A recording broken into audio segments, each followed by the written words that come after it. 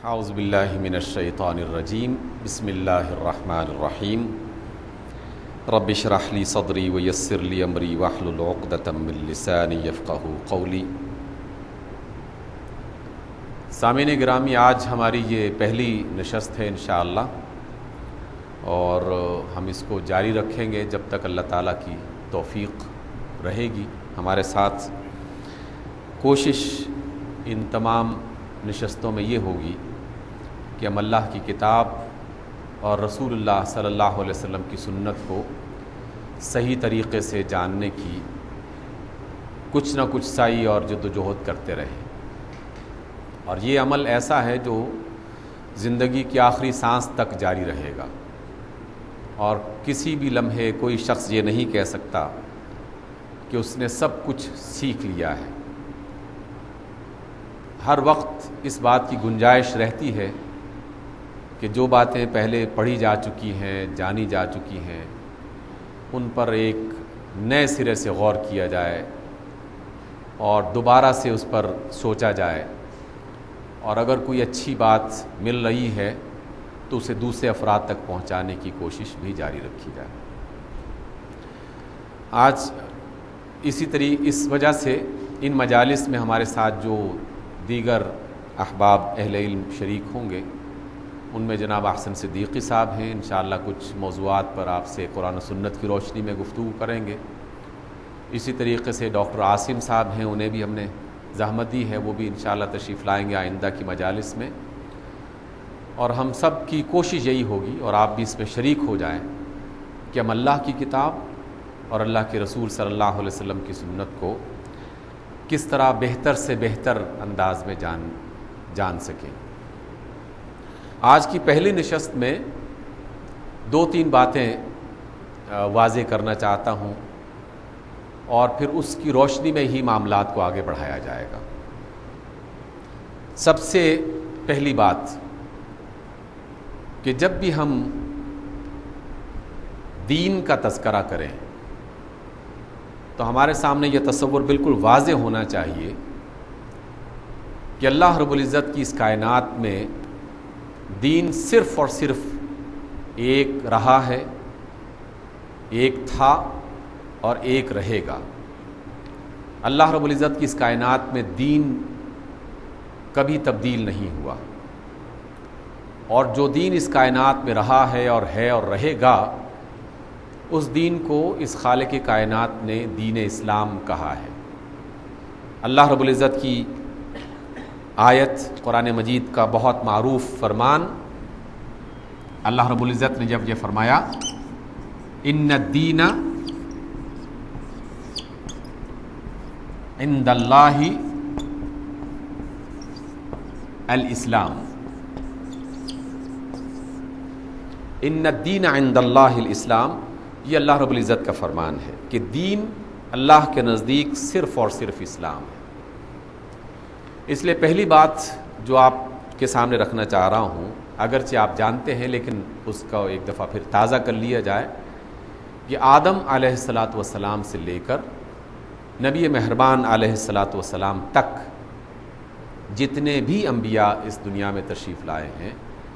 وہ سب کے سب دین اسلام کے داعی، دین اسلام کی طرف بلانے والے، دین اسلام کے پیغمبر، دین اسلام کے رسول تھے، اور سب کے سب دین اسلام کی طرف ہی بلانے والے تھے۔ آدم علیہ السلام کا پیغام جو بنیادی تھا وہ بھی یہی تھا کہ یا قوم اعبدوا اللہ ما لکم من الہ غیرہ، اے میری قوم ایک اللہ کی بندگی کرو اور اس کے سوا تمہارا کوئی معبود نہیں ہے، یعنی اس کے سوا کسی اور کی عبادت نہیں کی جائے گی۔ بالکل یہی جملہ باقی انبیاء بھی مختلف ادوار میں، مختلف زمانوں میں، مختلف قوموں کے پاس لے کے آتے رہے۔ اس وجہ سے اللہ تعالیٰ کا یہ والا فرمان کہ ان الدین عند اللہ الاسلام، کہ دین جو ہے وہ صرف اور صرف اسلام ہی ہے،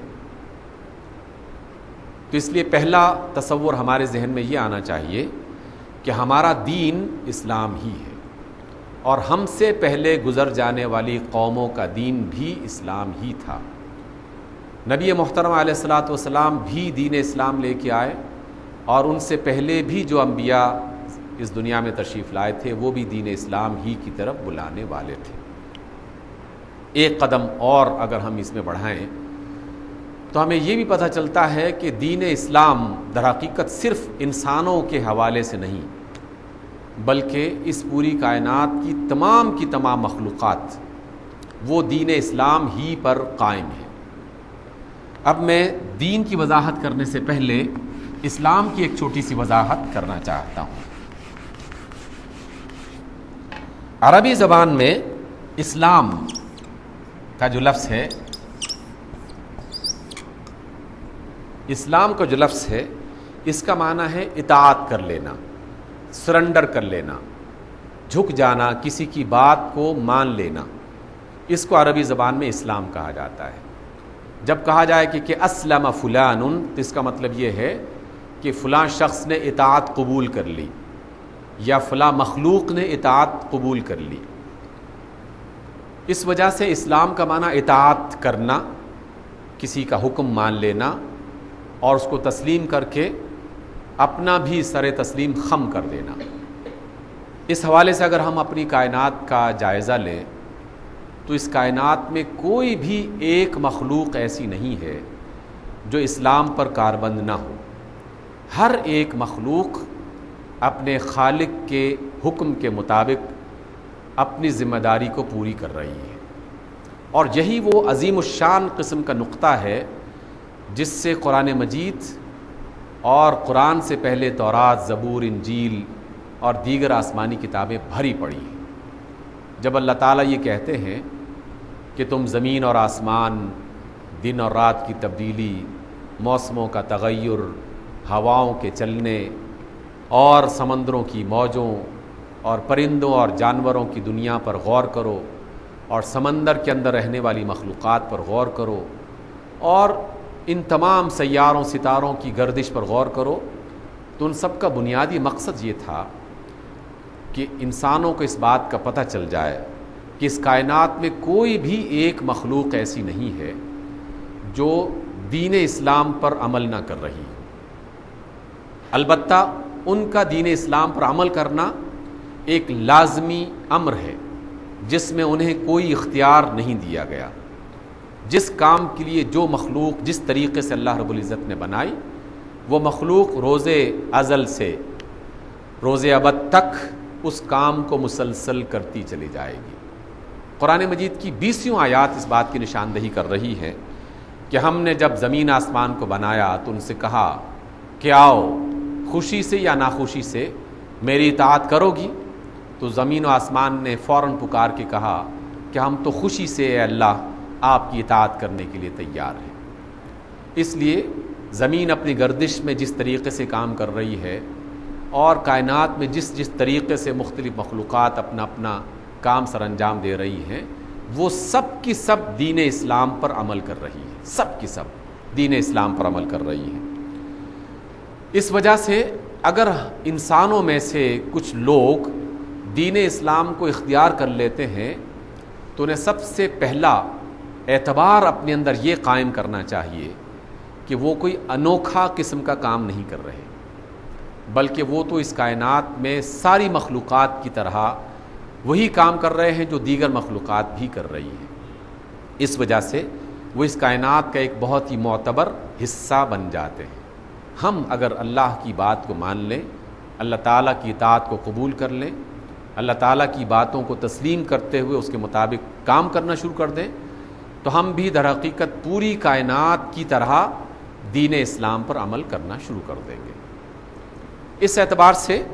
مسلمان اس کائنات میں کبھی اجنبی نہیں رہ سکتا، بلکہ جو مسلمان نہیں ہے وہ اس کائنات میں اجنبی ہے، اس لیے کہ پوری کائنات تو مسلمان ہے، اور جو مسلمان نہیں ہے وہ اس کائنات سے کٹ کر الگ ہو کر رہنے کی کوشش کر رہا ہے، اور جو بھی کائنات کے سسٹم اور نظام سے کٹ کر الگ رہ کر رہنے کی کوشش کرے گا، یقیناً نہ صرف وہ اجنبیت کا شکار ہوگا بلکہ اسے بے شمار قسم کی مشکلات کا بھی سامنا کرنا پڑے گا۔ اس لیے پہلی بات